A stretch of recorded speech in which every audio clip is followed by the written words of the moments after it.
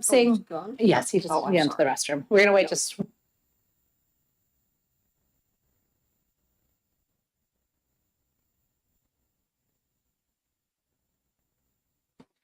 Thank you and welcome everybody to the work session on House Bill 608. I will call this meeting to order. House Bill 608 was introduced by Representative Jess Edwards, looking at the potential challenges and potential shocks to the system in the developmental disabilities community as it moved to a conflict-free case management and several other changes that needed to be done in order to come into compliance with CMS requirements. It was a process where we had this bill in order to include a pilot program, and there have been some requests to go through a waiver process. However, we moved ahead with a July 1st implementation date, and we have some people here in the audience who have had firsthand experiences with what has happened since July 1st and the process before. And given that we missed the window with this bill specifically for this problem, but there are multiple other changes to the system coming, I think it would be good to see sort of what happened, get a bit of an after action, and see if the pilot project idea may be something that helps us going forward to avoid some more disruptions. With that, let's say, actually, Jess, would you like to, Representative Edwards, would you like to get up and speak first? Yeah. Thank you.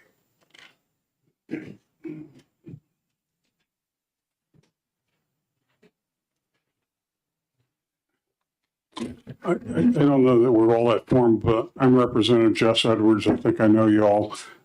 It's been about 9 months since I introduced 608. The concept of 608, as Representative Leon just said, was to encourage, or actually mandate, that the department execute a pilot project because we knew there was a radical change to the billing system, and that was causing a great deal of concern. And for whatever reason, because I wasn't part of the minutia of what happened from the introduction, neither did the bill get passed, nor did the department choose to implement a pilot project. They did not require a law to do a pilot project. That's just good basic management. It's not 101 level management, but it's certainly, 301 or 401. It's not graduate level stuff. If you're going to do something very complex and affects a great number of stakeholders in a very dramatic and systemic way, you want to do a pilot project, roll it out in a graceful way. The department didn't do that, and it was chaos. They created chaos. They created unnecessary burdens on the care providers to deal in a transition period where they were doing without their regular battle rhythm of reimbursements for the work that they were doing. And that created a great deal of anxiety and financial stress to where some unusual measures had to be implemented to essentially prepay some money so some of the strong area agencies could float some of the less capable area agencies. And so we ended up with this huge system of workarounds that are also now causing secondary and tertiary problems as the department tries to roll it back. So my bottom line is I just want to leave you with the idea that 608 was a good bill. Real life, real history has demonstrated that the department blew it, and the department needs to consider in the future doing pilot projects for similar rollouts of major systems changes. So 608 is moot for the issue in which it was intended, but to the chair's point of view, there are two other opportunities where the bill could be repurposed to address other major rollouts. One of them, there's people here in the crowd that it would be better to go into the detail, but to just give you the two highlights. One is the electronic verification system that a service is ordered and performed and has been taken care of properly, and that's going to trigger all of the billing. That's the one I think probably needs to be piloted still. And then, and I forget the second one already because I got obsessed with the first one. So, so I hope that, I mean, you can go ahead and recommend killing this bill, because, it's overcome by events. But because of the lethargy in the department and their failure to do the right thing with pilot projects, I don't know that I would recommend doing away with 608. I think I would recommend that you consider repurposing 608 for another high priority rollout to force the hand of a department that seemed unwilling to do basic common sense management. And I'm sorry I was so harsh, but this is why I think they sent the lawyer instead of the operators. So that's it. If you have any questions, I'd be happy to address them, but there are other people here. Representative Weber. I just have a point of order. I wonder, I mean, I would take the position that if the decision is to pursue repurposing this to deal with completely different programs, that would require at minimum notice that we have changed the purpose of the bill so that people affected who might not have decided to come to this hearing because they didn't think it was going to affect them would have notice. My preference would be to ITL the bill and then take up Representative Edwards' very salient points going forward. Okay. Thank you. Representative Merchant? Thank you. Following up on Representative Weber's, senior moment. I concur. I think one of the things we could do if we do decide to repurpose something versus ITLing it, that would probably trigger a non-germane amendment. Yeah, that's To your point, right? So therefore, if we do create a non-germane amendment, that would actually create another hearing, which would continue to go forward with it without having to reintroduce an LSR. Is that right? Yeah. Okay, thank you. So if I may comment on those two things, because they're really close to each other. I think the way I wrote 608, it's flexible and non-specific enough to where picking up one of the other BDS projects wouldn't necessarily be non-germane. But because I listened to Representative Weber on everything she says about procedure and policy, I think she's absolutely right that it would take some more effort if you wanted to repurpose the bill. I've missed the window for introducing new legislation in January. So I sort of look at this 608 as maybe something that's not dead that we could recast and continue to work on. But I'll defer to the experts on the committee. Representative Edwards, I know that there are the two upcoming changes, the rate work and that electronic billing issue. But is there an expectation that there's other changes in the future? Because my choice would be that there's going to be, we've already seen that this one was fumbled throughout the process, perhaps requiring that good business process of having a pilot program whenever there might be a significant change to the system might be the best ultimate way to proceed so that it's not just these programs, but anything that's a major significant change. So would you like feedback on that? Yes, please. I would be reluctant, as a kind of a small government leaning guy, to legislate that the state shall use good business practices. This is an example of a good business practice that anyone who's gone and got an education in management would know about. So if you were to legislate that they do pilot projects for well-defined kinds of scenarios, then that would just sort of open the question to what other common sense business practice might we want to legislate? Should we legislate that they learn that, you debit on the left, credit on the right? It's just, I don't know how to define it in a way in which we're not setting up a precedent for over management from a legislature. But that's my thought. I thank you. Representative Nagel? Thank you. I'm a little I want to understand a lot better what went on with what's happening right now, because A&M made 5 major recommendations for a new system. Billing was just a small part of it. Looking at tiered waiver systems, reimbursement rates, and one of the biggest recommendations they made was a new IT system that was really expensive. How to deal with wait lists and so on and so forth. I mean, what part of those 5 elements was actually dealt with and what was done? Thank you for the question. In effect, none of them got dealt with. One of them has already kind of come and gone its window of opportunity, and that was the pilot project of the direct billing methodology. What that meant is that CMS changed their rules a few years ago, and the state bought some time kicking the can down the road a little bit until their backs got up against the wall on this 1 July deadline.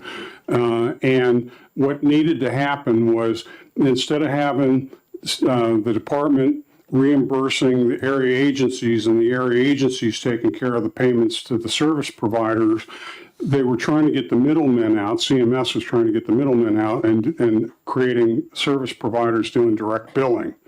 So as you know, as a practitioner, a private practitioner, if in your billing system gets screwed up and you don't get reimbursements for 3 months longer than you expected or longer, that causes you a real problem. You can't pay your administrator, your medical records people. It's the same sort of implication for the service providers through the in the DD community. So there's still, like you said, there are 4 other possibilities. 2 of them seem to be more ripe for pilot project. Yes. Just a quick follow-up. So in other words, we can still use this bill for those 4 elements to create a pilot project to look at the whole program. I would defer to whatever Representative Weber says. I think you can, but I'm reckless. So I would defer to her. If I may. Yes. There's nothing that prohibits that I know of. What is required, though, and I would obviously defer to the House Clerk on this, but what is required is when you exceed the scope of the original bill, such that people who might be affected by it and need to have notice of what's going to happen so they can come and talk to us about it. So what we would actually be doing is restarting the hearing process now and finishing it by November 17th, which is not impossible, but it's a stretch and it would require a great deal of commitment. And I certainly, I'm sure we're going to hear from the department as well, and perhaps anybody else who is affected on this part of it before making that determination that we're going to put that effort in. And then perfect. Representative Merchant. I'm going to rely upon Representative Weber and our knowledge, parliamentary-wise. If we do introduce an amendment that's non-germane, does that mean that we still have to do something by November 17th? We do. Absolutely. Thank you. The bill is on deadline. Yes. And then I have a question for you, Representative Edwards. Is the rate work and the electronic billing system both included within the Alvarez and Marshall Public Sector Services recommendations? I'm hearing a whisper in the back that yes, and I actually would have said yes too. So. So then I think that, we would need to see that if we do look to the rest of the A&M processes, obviously the deadline of starting it no later than July 1st would be a problem. But more of it may still stay applicable since those are within there. Representative Merchant? Again, I'm going to rely upon Representative Weber. My understanding is we want to introduce an LSR after the deadline that could be approved by the Rules Committee. So therefore, we could make a motion to the Rules Committee to introduce another LSR late in this time to help address some of the issue versus going through a non-germane amendment. Is that correct? That would also be a possibility. You would have to arrange with the speaker for a meeting of the Rules Committee. And I think there are other ways too. Let me look them up while you talk among yourselves. So Edwards. the need for another, for legislation to require a pilot project would be obviously obviated if the department just said it was going to do one. The legislation makes them do it when they don't want to do it. And I would think after the disaster that they just unleashed upon the beneficiaries of the DD system, that they have learned a lesson and that they would want to come and work on a pilot project outside of a legal requirement. Thank you. Representative Merchant. In regards to the oversight committee for DHHS, does that committee have a role here where it could hold the department more accountable to what's happening versus trying to do it strictly through legislation, which is going to be difficult at this point in time? Look, I've been on the oversight committee, I think, a couple of terms. I think Representative Weber's been on there too. And I've gotten lazy. I just defer to her whenever a question like that comes up. But I don't think the oversight committee has within its statutory authority the ability to hold somebody accountable or to hold a department accountable. What we can do is we can, make a motion and vote on it in the oversight committee and maybe publicize it. We've never done that in the 2 years I've been there though. So it would be an experience that I've not had yet. And if I may, my experience of the Oversight Committee is it's not a body that can direct anybody to do anything in the same way that we would have. I mean, a bill has to be done with bill formalities. It's certainly a place for discussion and concern and often resolution, as Representative Edwards says, it's perfectly possible right now for the department to do a pilot program. So they don't need our blessing for that. But if the desire is to compel a particular action, that can't happen. And I will also say that the Oversight Committee is pretty chock-a-block with a lot of different things. It could have a subcommittee to work on this, but again, the process there is going to be very spread out. And I'm sorry, I'm not seeing the piece of the rules that speaks to late drafting. So I'm not going to address that at this point. Thank you. Representative Nagel? Thank you. You're welcome. I assume we're going to hear the other side of this today. I don't know if the department's prepared to defend themselves against my beating them up in public like this. But they should just accept that what I said is accurate. Because what I'm getting at is I'm struggling with why we need to ITL this thing at all. I mean, it seems to me that when I look at what was supposed to be covered in this pilot program, much of it's still in existence and still can go forward the way it is.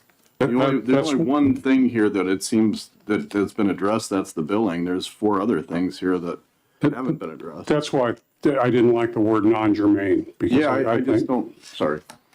Yeah, thank you. Thank you. I think that perhaps now, I think we've had some good discussion about what path we may be able to take. I'd like to hear some more about the actual implementation of this and how big of an impact it's had on some of the area agencies. So, yes, the implementation of the billing change. That's not me. Yes, thank you.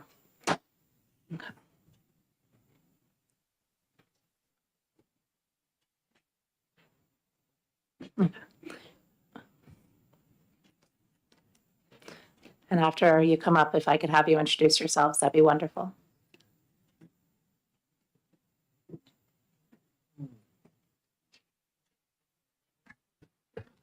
Good afternoon. I'm Matt Cordero. I'm the CEO for Region 8, One Sky Community Services. We're an area agency. Chris Whalen, Chief Financial Officer at One Sky Community Services.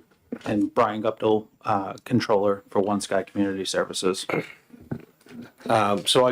First off, I want to thank you for allowing us to come and to hear about what our direct experience has been. We do not represent any other area agencies. I can talk to the specifics of the conversations I've had with providers, but I believe we have some documentation that we'd like to share with you that shows our financials and what's happened in the last 3 months since the implementation, and then also talk about some of the fixes that need to occur in an impact statement.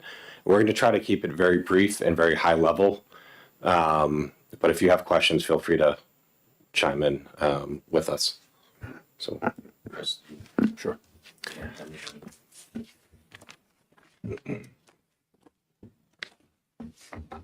Is it okay if I bring these up? Yes, please. That'd help if we can read along. Thank you. The first handout that we'll be looking at is a high-level summary of our finances, actual activity at One Sky for the first quarter of FY24. Sure.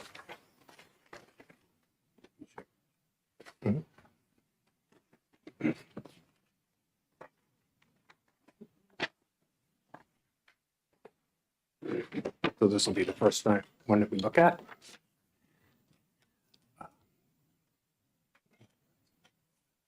Okay. So I'd like to just briefly speak about what led to our current situation. Over the past fiscal year, so January of 2022 through June of 2023, we had been implementing some changes to our system, in which case, we supplied all available data in an accurate and compliant format. And during this transition, the changes somehow got into the new system incorrectly, which has caused a significant problem with our ability to bill and receive appropriate funding for our service authorizations. We also had a blackout period during this transition from the third week in June through the third week in July, which again caused significant cash flow and financial implications for not only us, but the system as a whole. 2 questions. You provided that information to the department, all of that data, the systems data that you provided? Yes, yes, sorry. And the blackout period, what was the impact of can you explain to us what a blackout period So means? the blackout period would be a stop of any and all billing of services during that period of time. Services may be rendered, but we would not be able to bill for those services until the blackout period ended, which dipped into our financial reserves. Okay, thank you. The first item I'll look at is the summarized financial statement that has the colored columns. This is a snapshot of our activity for the first quarter of 24. The columns that you'll see that says monthly budget, the columns in purple, they are an indication of what we as an agency had projected that we would earn and what we would incur as expenses in a given month if the system, if there were no issues that we had encountered on the other side of July 1st. So on a monthly basis, we would anticipate earning about $19,000 to the bottom line. However, the next column over that you see that's titled FY 2024 activity within each given month is an actual representation of what we actually received as revenue against actual expenses that we incurred for that given month. So you'll see in the month of July, we actually only earned or received just under $11,000 in revenue for that month, which left us with over $500,000 loss for the month of July. What you'll see next to it is a column that's called FY 2023 activity processed in each specific month. And what that means is there's activity from FY 23 based on the timing that is spilled in FY 24. So when you see that column, while we may have received some revenue, that's for prior fiscal year activity, and it's paying out expenses for the prior fiscal year. So it's against obligations we've already incurred. And that has a direct impact because that draws down our financial reserves that we have to draw on because we're not bringing in additional revenue. And that carries forward each subsequent month to the point that at this point in the fiscal year, at the end of September, it was our expectation that we would have incurred about a $57,000 positive bottom line. But year to date, actually, we're about $900,000 behind, about $850,000 in the red, based on this inability to properly or adequately bill for the services that have been rendered and we've been billed for and have paid out. One thing I'd like to add is that about August 15th, we met with the with BDS and DHHS leadership because there was no billing that was occurring for us. And we met together as a system and they brought in emergency funding. So that emergency funding equals $1.6 million.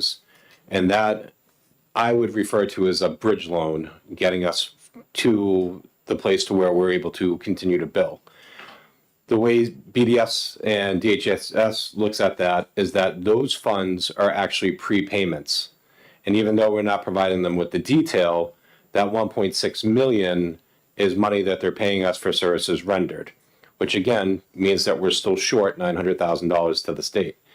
Now, what is happening now is that CMS can't allow double billing to occur. So even though we're billing for services now and we're only being paid 45 cents on the dollar, in order for BDS to come into compliance with CMS financial rules, they have to collect that $1.6 million back from us by December 31st. So the people who aren't paying us, we had to borrow money from them because they weren't paying us. And now we have to repay them back the money that they didn't pay us to begin with. And it's essentially going to take any and all of our cash flow plus some by the end of the year. Now, I do want to recognize that we had a meeting 2 days ago with BDS, and you know, there are some very great people working there that are solution focused and they're helping us to get through that. But this is the operation and the environment we're operating in. Thank you. Sorry, Representative Weber and then Nagel. Thank you. And I can appreciate the depths of the problem. What I am wondering is, we have a bill in front of us, and now that I have refreshed my memory, we only spoke at the last hearing about one phase of the 5 phases, but the bill itself isn't limited to that. So I'm going to defer to the House Clerk about whatever we need to do next. But what I'd love to hear from you is, if we were to take this bill as it is which is what I'm hearing said from various people, and just now impose a mandate of a pilot project upon the current chaos, plus whatever anybody's doing right or wrong to resolve the current chaos. Are we helping matters? 1,000% yes. I mean, I have a couple asks of you, and I'm going to get out of Oh, order. okay. If you're getting to that, I'm sorry if that was previous. No. I would like Chris to finish his. I'm sorry. But I do have a couple asks of you, and I will tell you that everything we're talking about today, the EVV, the rate committee work, and implementation of the rates, is all under that original Marcel and Alvarez, or Alvarez and Marcel plan. So we're not talking about different topics. We're talking about the same thing. This is phase one of a 5-act play.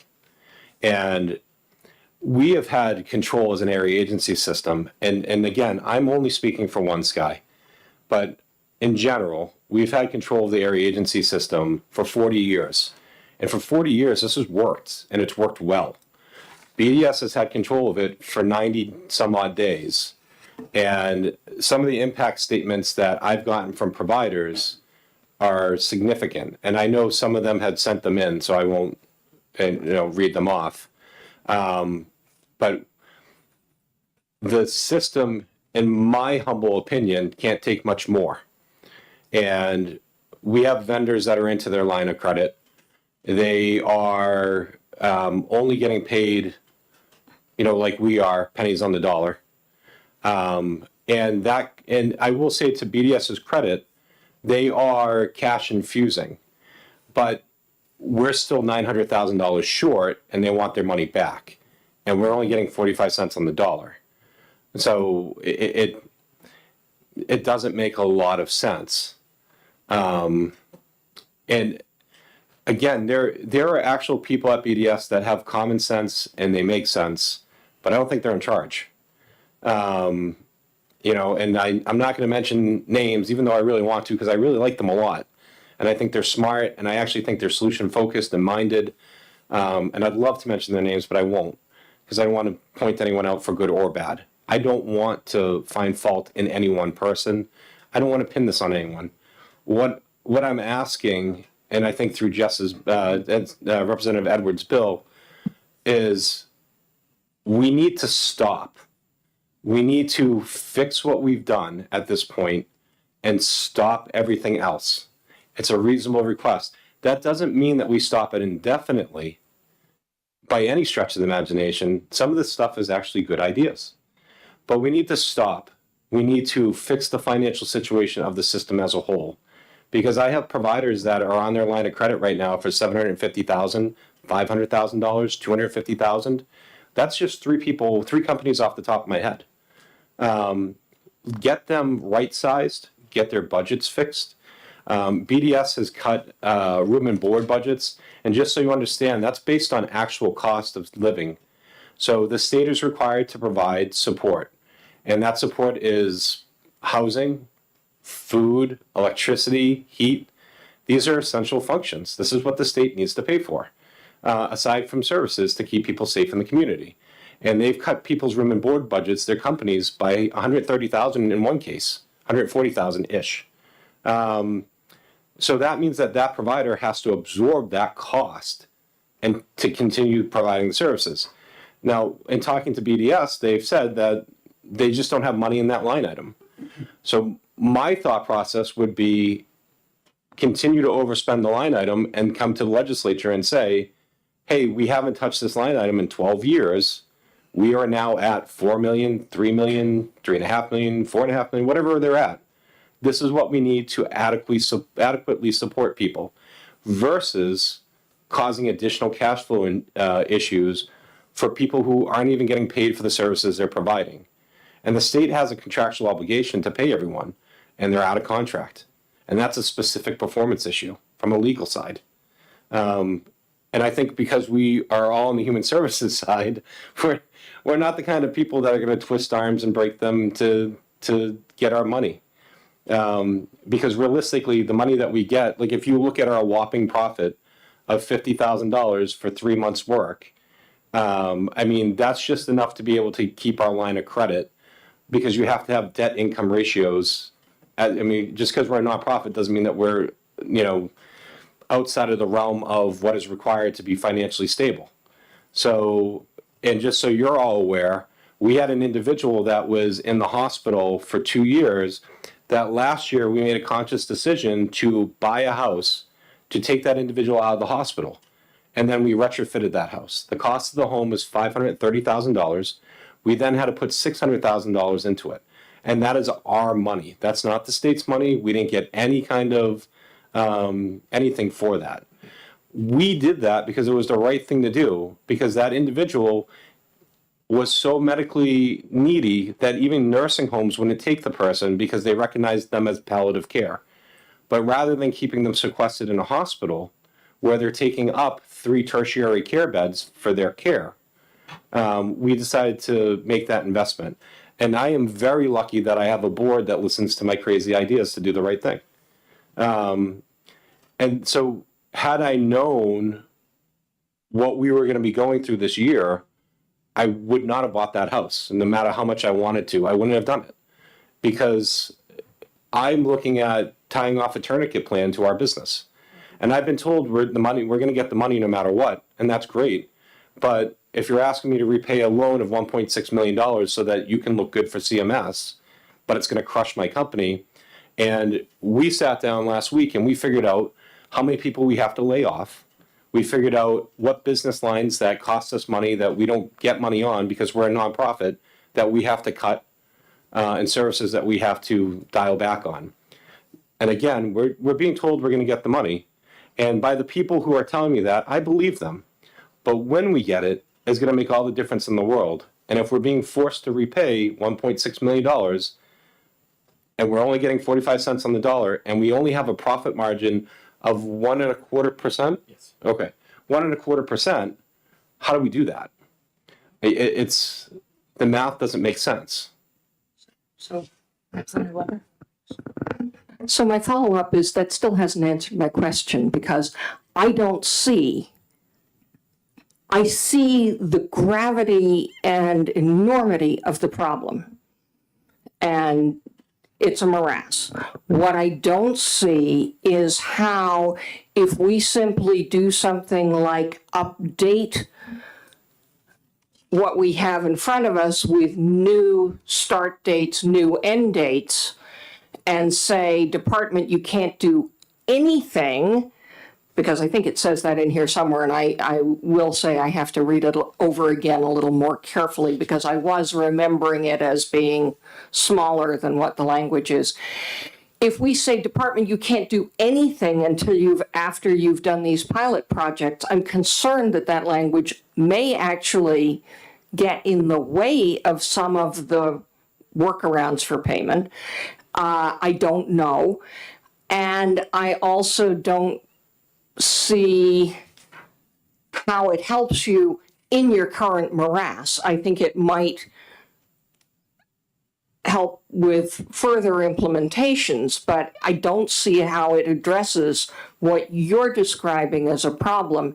And I will add to that, Madam Chair, that I hope somebody is here from the department so we can hear from the department at some point. Yeah. But that's my question. So I can tell you that right now, so EVV is to be implemented, which is the electronic visit verification. And just so you all, I'm going to give you a 10-second overview. We have a direct support staff working with an individual. Let's say they're working with me. They will sign on to their phone saying they started services with me today, take me wherever they take me. It tracks their geolocation, their start time, and their end time, and then enters it into our electronic systems. That's our HR systems and our billing systems, and then it automatically bills for us. That's supposed to be implemented November 18th, I think is the day. I might be wrong specifically on the day, but mid-November.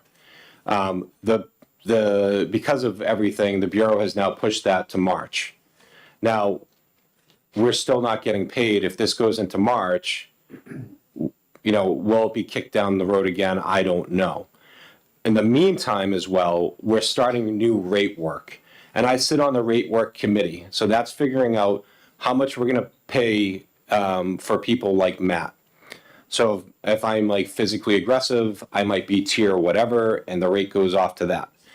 So we start that work again tomorrow. We picked that up literally, tomorrow's Friday, right? So we picked that up tomorrow, Friday at 10 a.m. And so we're not even fixing or focusing on fixing what's in front of us right now, and we're already starting to try to make more changes to everything. So how this bill will help is by forcing some common sense. I have sent some emails to some people that have said that you are further destabilizing what currently exists. Take a breath. Let's fix what we have right now, And I think it might take us 6 months to fix what we have right now, to get our providers set. I mean, I can only speak to our organization. I have people coming in my office sobbing. I have people quitting because they mentally can't take the stress anymore, because families are calling them. Now, we're losing money hand over fist paying the families. And we're getting to a point to where we might not be able to do that. Now, when I say that to the Bureau, I'm sure they'll infuse us with cash again. But why do we have to get to that point? And this common sense bill, and that's what it is, in my opinion, it is fundamentally common sense best practices to just implement the pilot program. It's a great example. We talked about, Rep. Nagel talked about the system for billing, right? So when they put together New Hampshire Easy, our interface looks very different, they're fixing it right now, than what the Bureau's interface looked like. So if we need to create a plan to work with Brian, and for some reason there's an issue with the service authorization, we go down to question 36 and we say, okay, it's got to be checked and changed to whatever it needs to be changed to. They look on their screen and they're like, that's question 3 for us. Why do they even have a different interface? It doesn't make sense. And these are all things that if we had done a pilot program and we have done responsible implementation, we wouldn't have had that issue. And again, we have people at the Bureau who are solution-minded that are helping us work through these issues. But we have a whole confluence of issues that are coming forward now with the rate changes and EVV. Those are the two next acts in this play. And if we don't stop and pause right now, I mean, you have providers that are on their line of credit, and every dollar that they're borrowing to keep whole, and it's affecting massively large companies, they have to pay interest on that. Which means that, when you're talking about companies that have 2% margins, that might be their profit for the year, which ends up being like, so as a great example, we were talking about canceling our annual Christmas event that we have. And I'll tell you how crazy my event is. It costs us $10,000 a year. We have a Santa that donates their time. We have individuals that drive through what takes the 3 of us and 5 other people a week to set up with lights. Yeah. I mean, and we're talking about canceling that, and people are calling us and saying, "Where is it?" No, So I get that part. Sorry. It's the what do we do about it part that I think we're trying to get to. yeah, And if I may, Madam Chair, Yes. and then I will stop. And, what I'm hearing you say is, from your perspective, going forward with this as applied to the other 4 aspects of the program recommended by A&M would be a good thing. Is that boiled down to its very essence what you're telling us? yes, it's very good. Thank you. Thank you. I appreciate the interpretation. Thank you. Representative Kofal. Thank you, and thank you for taking my question. So would it make sense at this point to delay implementation of the 4 A&M steps? Because right now we have a billing crisis, and that's an acute crisis. And correct me if I'm wrong, but if you run out of money, you can't at some point you can't deliver services, right? Right. So does it make sense, I mean, potentially legislatively, to just sort of say, we've got a 4-step process, but right now we got to stop the bleeding. And then, the follow-up to that question would be, and if we were to do something like that, what would you envision as the next step out of those 4 steps in the study? So thank you very much for your question. So first off, yes, we need to just take a breath, and we need to fix the problems that we have in front of us, deal with the acute nature of the issues. Secondly, we need to work on some financing that's not direct CMS dollars, so that people don't have to pay that back immediately by December 31st. And maybe we can take some state funds, swap that money out, and then once billing has been restored in full, have everyone implement a repayment plan for that. So that way we can stabilize the system and we can keep people working and all that. So those are the first two things that I would be doing. The second aspect of your question is I don't think the order is out of line. I think, their next steps into doing rates and doing EVV, it doesn't matter to me. I don't think that matters. I think what matters is just addressing the elephant in the room right now that seems to be crushing everyone. And again, BDS has been infusing people with cash as they need it. But what determines need, and how bad does it need to get before you get it? And so we had 3 days left before we had no more cash to pay bills, before we got an infusion. So is that the level of need? And if that's the case, why are we creating so much stress? I mean, honest to God, if I had hair, I would have lost it all in the last 3 months. It's one of those scenarios where, like, I've talked to other CEOs, they're just vibrating from stress, literally watching them vibrate from stress. So to your question, it doesn't matter what order we go in next. They could put EVV forward first or whatnot. They've talked about that they're going to not pursue the tier changes, which I think is good because it artificially capitates people's needs. And just because the state says we're not going to pay X, Y, and Z dollars doesn't mean that your needs don't far and away exceed that. I do think that personally is a bad idea, but the rest of it doesn't matter. Representative Merchant. Sorry. And thank you, Madam Chair. This is again for our esteemed colleague, Representative Weber. I hear the concern in the short term about the issue of funding. It's critical to any organization, profit or not-for-profit. Is it possible, if BDS is up against the wall with CMS, can someone go to the fiscal committee and then ask for the fiscal committee to release funds that could temporarily backfill BDS in order for them to meet the target with CMS, at the same time allow for the agencies to get bridge loans? Is that something we could do through fiscal committee versus going through the legislative? That's question one. And the other one, if I understand this correctly, I would say that we're looking at a 5-step process. We're on step 1, which is not going well. That instead of a pilot program, we build into it a process through the bill that they have to do a pilot on each step of the way, because that's going to take time. And depending upon step 2, you do a pilot for step 2 and see how it works. You do a pilot for step 3 and see how it works, and a pilot for step 4 before you make it broad. Is that kind of the concept? So it's 2 things. One is, Representative Weber, where can we find the money? And then number 2, can we possibly think about this, not so much a pilot per se for everything, but a pilot for each stage? Yes, please. The answer to number 1 is I have no idea. My guess is that fiscal has a great deal of ability to do stuff, but Representative Edwards, being on finance, would have a great deal more information than I would about that. Yeah. But I too was thinking in the same direction of, we have 4 more steps.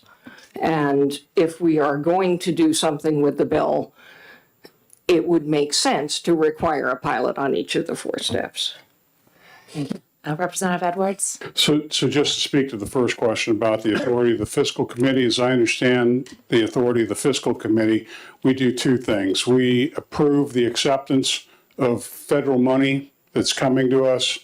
And the second thing we do is we approve requests for reallocation within the existing budget to move money from one part of an approved budget to another. We do not, I think, typically have the authority to authorize or effectively appropriate additional money. Our authority stays within the existing budget that's been approved, I believe. Representative Merchant. Representative Edwards, thank you for that clarification. So basically, in my opinion, that money is sort of fungible. So in other words, what the fiscal committee could do, if I understand this correctly, is you could give the Department of Health and Human Services, because that's where BDS resides, the ability to move money from one bucket to another bucket temporarily to get them through this process.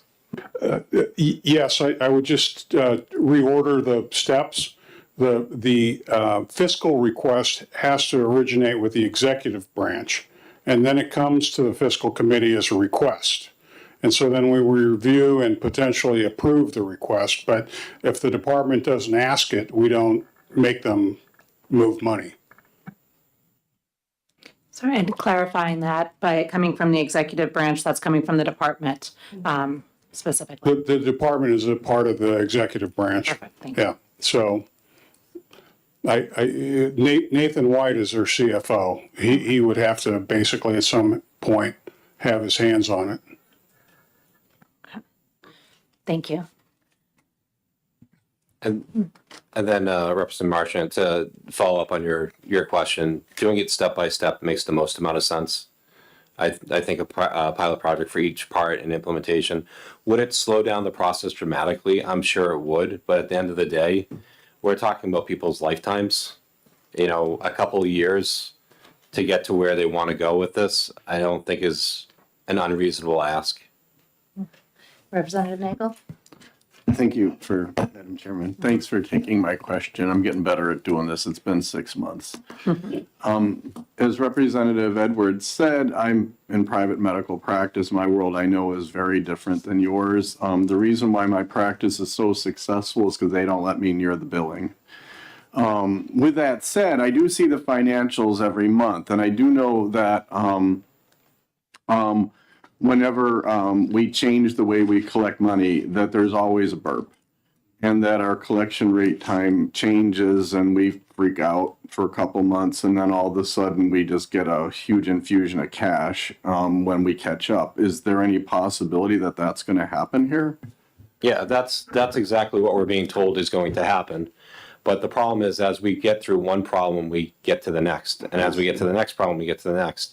So this was all supposed to be resolved by mid-July, and then it was supposed to be resolved by mid-August, and then by mid-September. And now we're in mid-October, and now we're being told it'll resolve by December 31st. When we had our meeting this week, we were being told that we need to give a repayment plan, something, to BDS. And my response was, pay us in full, and I will pay you in full. I will cut a check the same day we get our money. And if that works for you, that works for me, but we're not going to agree to anything. You know, and in the form that they submitted to all of us, one of the things that really irked me was it said that once you agree to this repayment plan that they were trying to get everyone to do, you can't contest it, you can't augment it, you have to accept it. And you waive all your rights to be able to do that. To me, it's just, we're worrying about CMS. And I've worked at CMS in other parts of the country. If we're this concerned with CMS, there is a reason why. And I would highly recommend delving into why we're this concerned with CMS. We're not listening, that something needs to happen, and now they no longer are willing to give us what we need. Any which way, that needs to probably be addressed. There needs to be someone looking at that specifically. Because I've never had an experience with CMS where they've been anything other than helpful. And I mean, there's always been issues like Florida. I was in Florida when Florida actually went through a similar transition as New Hampshire. We had a couple months where there was no payment, but Florida turned around and said, hey, this is what the issue is. It's a software issue. If you need money, come to us. But they fixed that issue within a month and a half. So we're just so far beyond that point at this point. And again, you have great people at BDS working these issues daily. But if we had had a pilot program, we wouldn't have this issue. Can I ask one other? Yes, one more. So several times you said we need to take a deep breath. Who actually stops and takes a deep breath? Is that us or is that who does that? That's BDS, that's DHHS. And we have no control over that. It's, I think legislatively with this piece of legislation, you would, because you'd be commanding them to not move forward without doing a pilot program.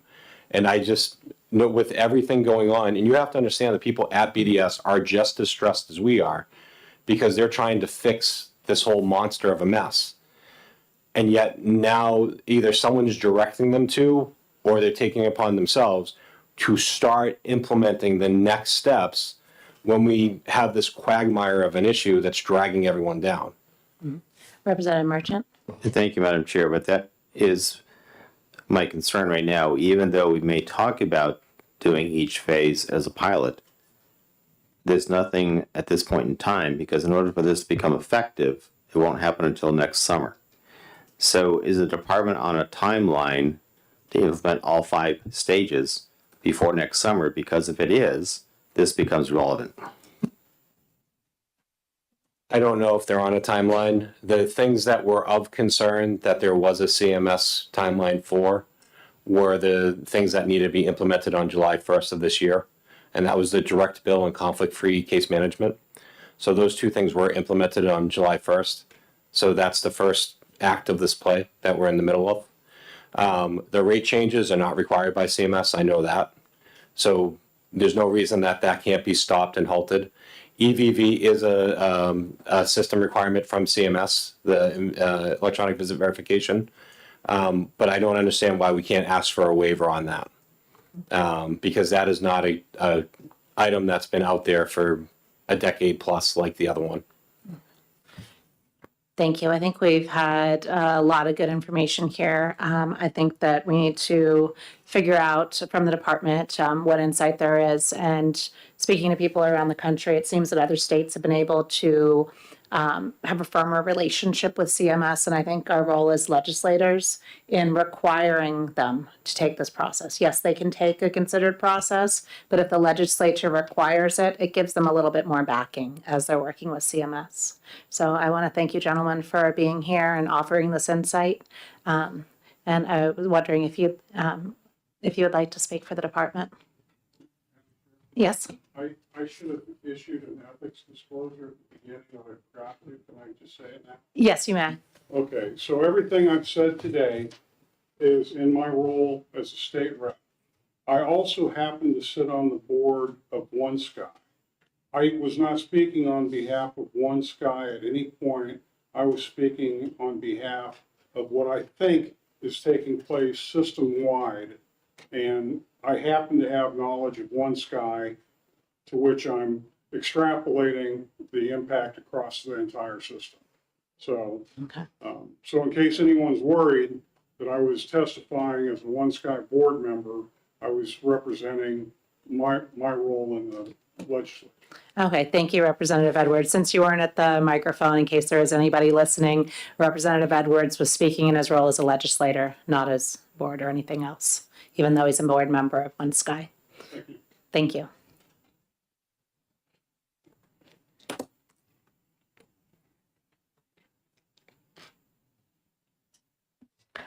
Good afternoon, Madam Chair, members of the committee. My name is Melissa Nemeth. I am the attorney and legislative liaison for the Bureau of Developmental Services. And so I think, you know, a lot of some of the things that Mr. Cordero was speaking about, he was giving some kudos to the department. And so I think that's very much appreciated. And the department does recognize, as he indicated, that there were some, you know, some problems with billing, and really has taken some concerted efforts to work with individual agencies to make sure that these things are getting sorted out going forward.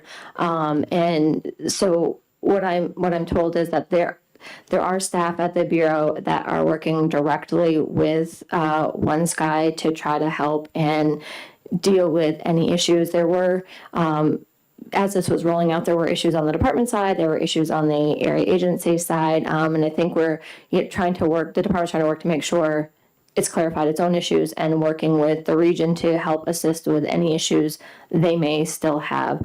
I'm told that some of these issues are happen to be specific to this one area agency.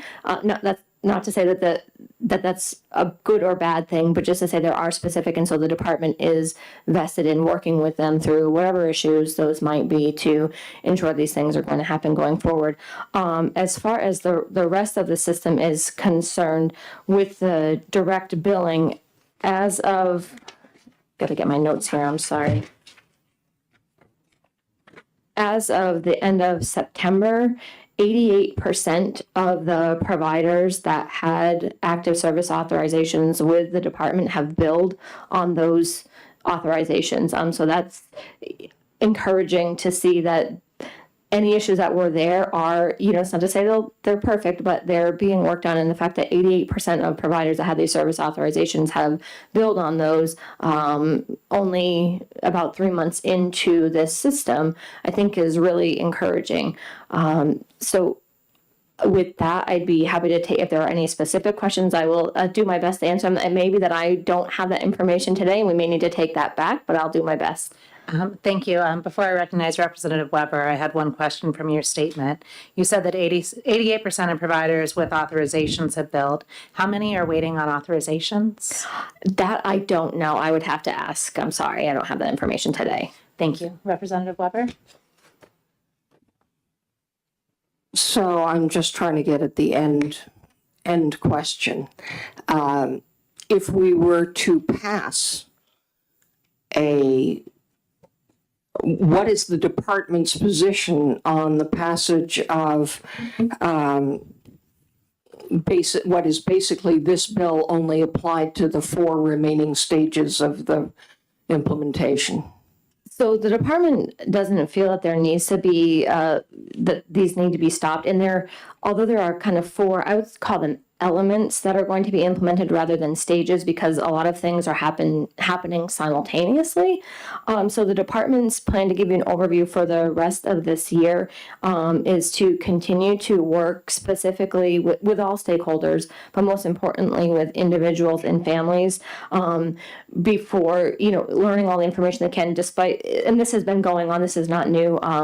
There have been 354 stakeholder meetings since the fall of 2021. And when I say stakeholders, that's a variety that includes the area agencies, families, providers, everyone across the system.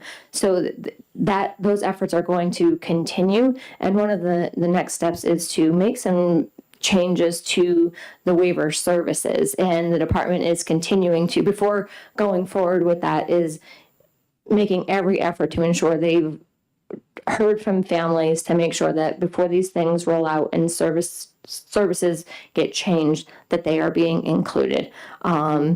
You heard a lot of reference to rates. The department is engaged with another consultant, Myers and Stauffer, who is working on the rate development. And so that is continuing to go forward as well with there's been a lot of work that's gone into that. And I know you had asked about some deadlines. Again, I would have to get specifics. I don't have that information with me today, but I don't know where the department is at insofar as its contracts with these various contractors and what the metrics are for completion in those. Those may have some timelines, although I don't know that specifically. So that may be, while it's not a CMS deadline, that may be something that the department is considering when it is doing this work. Representative Merchant? It's encouraging, thank you for the question, also thank you for the chair. It's encouraging to hear the 88% number. I would be interested, though, to understand the agency, there's 10 in the state of New Hampshire. And therefore, is that 80% apply to every single one collectively, or can we get a breakdown by agency? Billing is one thing, receiving cash is another thing. So just because they built it doesn't mean that we actually paid it. So I'm looking for, okay, what's the payment against that 88%? If we get 10% payment against the 88% billed, that's not going to help them in a cash flow point. I can look into that. I don't think I have the information on that. I'm looking to see if that was anything that was provided to me. If I may, Madam Chair, I think it's a critical point, because just because something was billed through the system is encouraging. However, the real issue, I think, right now is the cash flow, what's coming back from the state against those invoices that were billed. Because that's where I think a lot of the pressure is coming from, is they're not getting the cash from the state to pay their bills.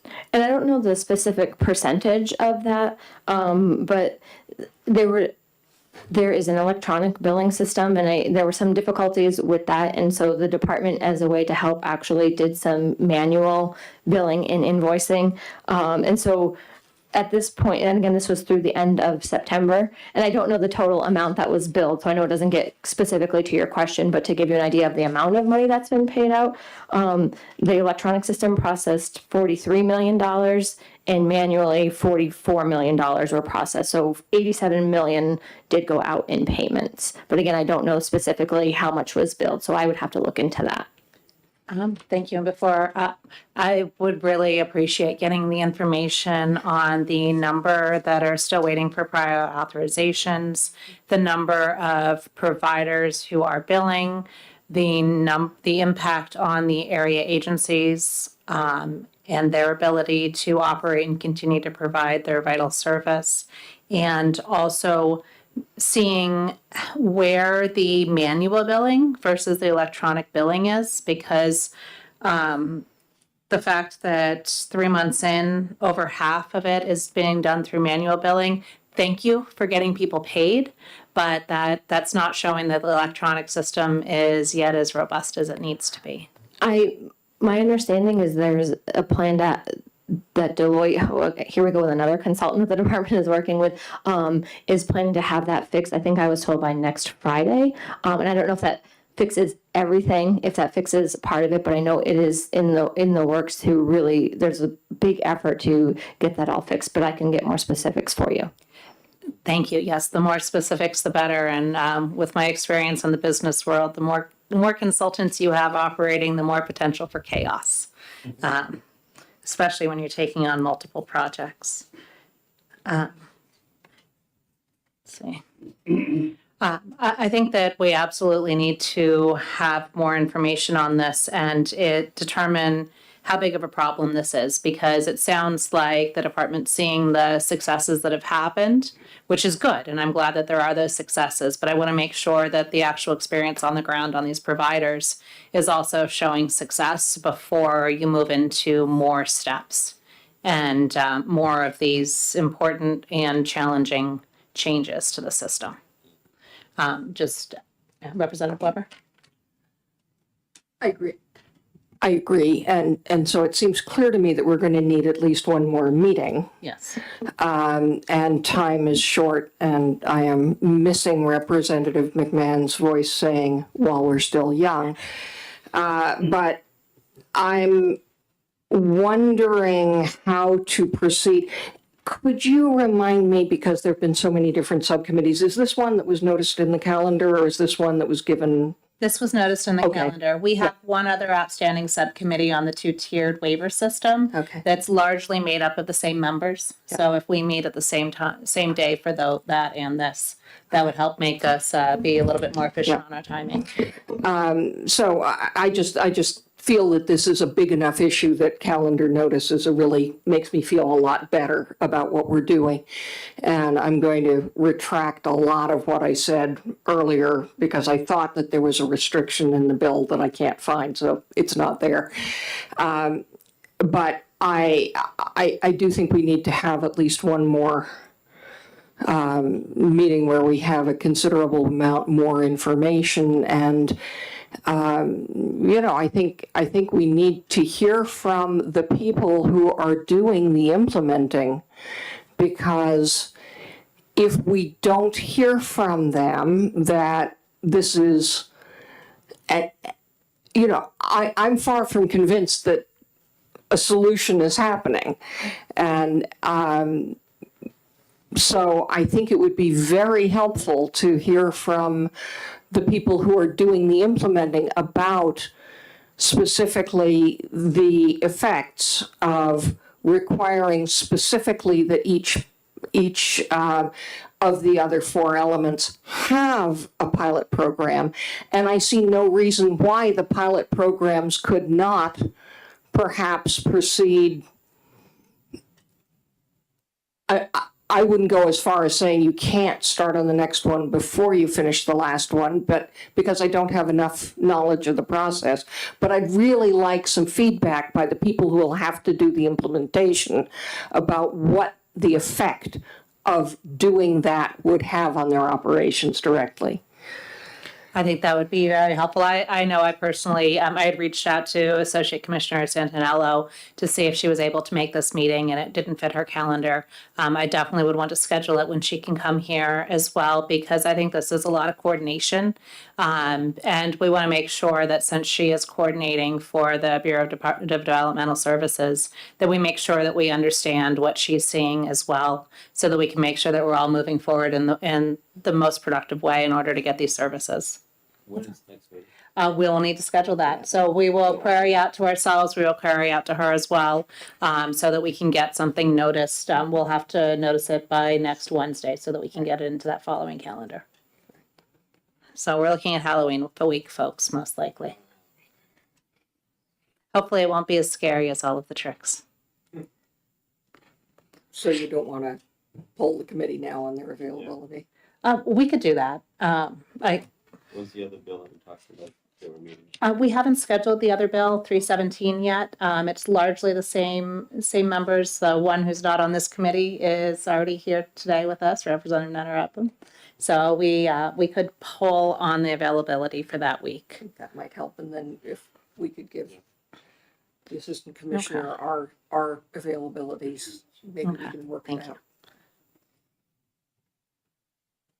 Well, and as soon as, let's poll our calendars. I'm gonna have to pull mine because just I have moving pieces with all my different people and what they're trying to deal with at home. So we'll do that. We'll get this noticed as soon as we can. We'll reach out to the associate So you're commissioner. going to do that via email? I think we should do that via email. All right, Yes. no problem. Fantastic. This has been incredibly helpful. I really appreciate understanding just the depth of these challenges, because we don't always have visibility into the consequences of our actions and the department actions. So thank you very much, and I really look forward to finding a good solution. Madam Chair? Yes. If I could, from the department, do you have a list of the agencies and how I could possibly reach out to them? We've heard from One Sky, which is tremendous. Thank you both for being here, three of you. But I'd like to listen to the other agencies as well. If I have to make a personal phone call to them to understand what issues they're having as well. I might suggest that we divide that list up. I mean, I think some of us, like I already know some of the folks at Gateways, I could reach out to them, but that would make for a division of labor, and I think we could each come back to the next meeting with some input. And what I said, there are 10 area agencies, but because of the requirements of CMS that providers of service have the opportunity to directly bill for services themselves, there are now many more agencies that are billing than just those 10 area agencies. So I can easily get a list of the area agencies, and I believe on the department's website, there is a list of all the providers enrolled to provide each type of service. It's a very lengthy list. We can get that link. If it's helpful, I can get that directly to the chair, get that information to her, and you can go from there if that's helpful.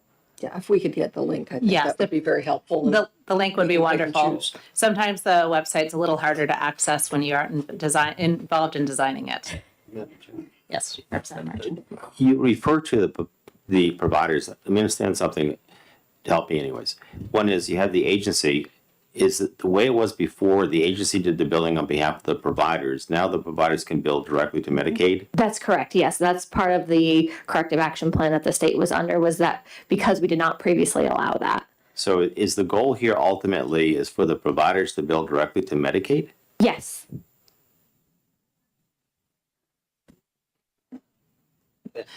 And that's a CMS rule. And the reason I'm shaking my head is I have a daughter who's a physical therapist, and she cringes at the idea of doing billing herself. Oh, and it's the requirement is that the state has to provide that opportunity. If an agency does not want to bill for itself, it can engage with a trading partner. It has that opportunity, but where the state had to come into the corrective action plan is we did not previously allow them the opportunity if they wanted to. And then as far as information, we also have some of those questions about whether some funds could be requested to be reallocated in order to cover this as a longer-term bridge until the system is fully functioning. So we would like to have information on that. I know that that would need to go to fiscal, but I think that would go a long way for us to feel better about what the process is so we can stay involved. And then it sounded like there was also an issue around the room and board billing that I guess had been previously wrapped. I assume it had been previously wrapped up into other issues, but I want to make sure that right now all of our constituents are having trouble paying their bills. We have an obligation to pay for that room and board for the people who are served by BDS. How can we make sure that that line item has what's necessary so that they can afford to, so that the people providing services can keep a roof over their head and food on their plate? So have that information as well would be very helpful. Okay. Thank you. Are there any further requests? That's so complex, we may end up following up with a couple emails as well. Sorry. Thank you. And actually, if we're done, thank you so much. Thank you. For being here. Yes. And then with one other comment or request. I would highly recommend that you folks take the opportunity to reach out to the private provider network and speak to their director. They represent the vast majority of the vendor agencies in our state. And I think they would be much more comfortable having a private conversation than one that is going to be publicly broadcasted based upon the conversations I've had with many of those members. There's a very palpable concern of sharing information will lead to not receiving funds. With that being said, I haven't seen anything that would substantiate that, but let alone, I mean, it's a concern that is very widely shared. Thank you. If you could provide that information to me, I can send that out in a collective email once I get all of these different contact points. And that concern is one we deal with on other bills. We have plenty of people who will speak to us, but the last thing they want to do is face potential retribution.